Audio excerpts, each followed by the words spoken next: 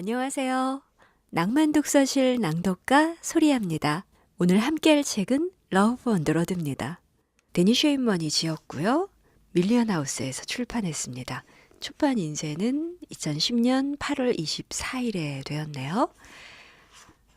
작가 데니 쉐인먼은 영국의 작가이자 배우 겸 이야기꾼이라고 합니다. 30개국 이상의 국가에서 공연한 경험이 있으며 수편의 영화에 작가 혹은 배우로 참여했다네요. 이 책은 할아버지가 실제로 겪은 체험을 소재로 했고 그의 첫 작품으로서 세계 20여 개국에 번역되어 출간되었다고 합니다. 두 명의 남자와 두 명의 여자가 만들어내는 하나의 위대한 러브 스토리, 러브 온 더 로드 낭독 시작하겠습니다.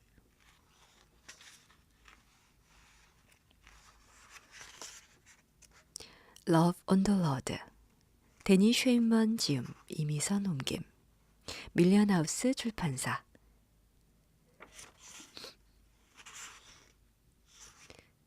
여러 동물의 왕국에 속한 종들은 구조와 형태면에서 우주의 움직임과 연관되어 있다. 루이 파스테르. 머리에 강한 충격을 받으면 머릿속은 허리케인이 휩쓸고 간 것처럼 산산이 부서진 그릇 조각과 천 조각, 유리 조각으로 가득하게 된다. 기억의 파편들이 잔해 속 여기저기 흩어져 있었다. 그러나 전체 풍경이 완전히 달라진 까닭에 어쩌다 파편이 발견된다 해도 그것이 무엇인지, 어디서 나온 것인지 알 수 없는 상태였다. 엘레니는 어디 있습니까? 죽었소. 의사가 말했다. 레오는 눈을 감았다. 자신을 향해 폭탄이 빠른 속도로 날아오는 것 같았다. 폭발에 휩쓸리기 전 마지막으로 주위를 둘러보고자 했으나 앞이 보이지 않았다. 모든 것이 짙은 안개에 덮여 있었고 친숙한 형체 몇 개만이 희미하게 보일 뿐이었다. 엘레니가 죽었다. 작은 물방울 같은 갈색 눈과 풍성한 검은 곱슬머리, 넘치는 에너지, 명랑한 노랫소리. 그녀는 사람들이 숨을 쉬는 것처럼 항상 노래를 불렀다. 날아오던 폭탄이 그에게 떨어진다. 원자가 지금 쪼개지려 한다. 너무나도 강력한, 통제할 수 없는 에너지가 방출되려는 것이다. 그녀를 볼 수 있을까요? 좋은 생각이 아니오. 그녀는 어디에 있습니까? 다른 방에 있습니다. 신경전이 벌어지고 있었다. 의사는 환자가 죽은 연인을 보지 않기를 적어도 아직은 바라는 것이다. 그는 이렇게 말했다. 그녀가 죽지 않았다고 생각을 해봐요. 사실 죽음이란 건 말장난 같은 것에 불과하니까요. 아마도 레오의 충격을 덜어주려는 배려일 것이다. 레오는 자신이 있는 곳이 어디인지, 어떻게 간 것인지 전혀 생각나지 않았다. 최근에 일어난 일들도 전혀 기억나지 않는다.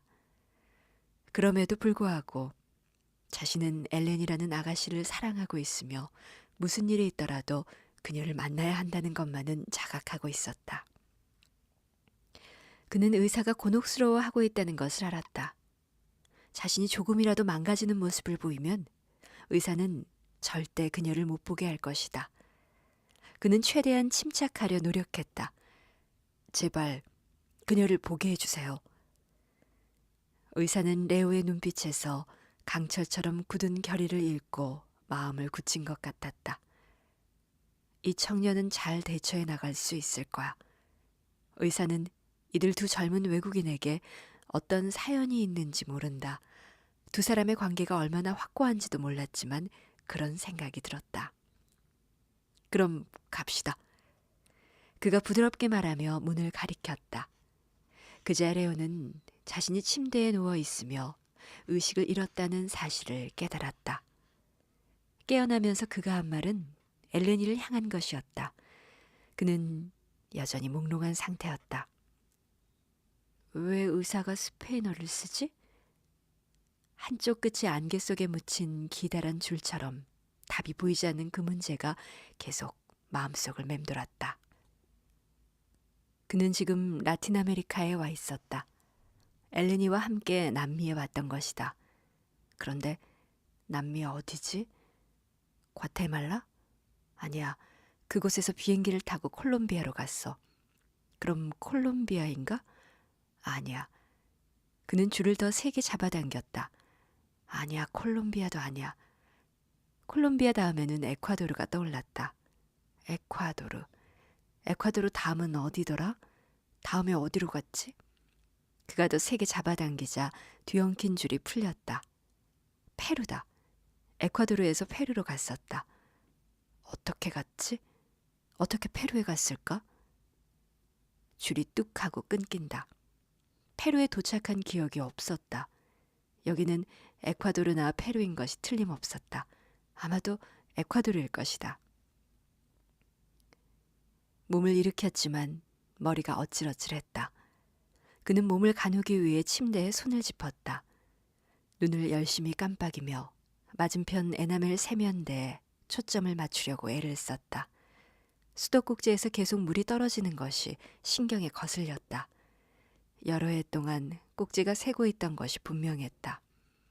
물이 떨어지는 곳에는 흉한 갈색 자국이 나 있다. 제대로 손질을 하지 않아 모든 것이 방치된 상태다. 벽에 페인트가 벗겨져 있고 구석마다 커다란 거미집이 누구의 방해도 받지 않은 채 매달려 있다. 도마뱀 한 마리가 천장에서 그 모습을 내려다보고 있었다. 의사가 그의 팔을 부축해서 그를 복도로 데려갔다. 두 사람은 어느 문 앞에서 멈춰섰다. 레오는 문 반대쪽에 그녀가 있다는 것을 알고 있었다. 의사가 문을 열자 이동식 침대 위에 누워있는 엘레나가 보였다. 파란색 셔츠에는 피가 묻어 있고 어깨는 탈구된 상태였다. 뺨에도 깊은 상처가 있다. 폭탄이 떨어졌다. 마음 한편이 무너지면서 사건의 완전한 의미가 그의 마음속에서 폭발했다. 그는 바닥에 쓰러지면서 갈라진 목소리로 울부짖었다. 방 3개 너머에 있던 간호사들이 아기의 울음소리에 반응하는 어머니처럼 발걸음을 멈췄다. 사람들이 사방에서 달려오자 의사가 문을 닫았다.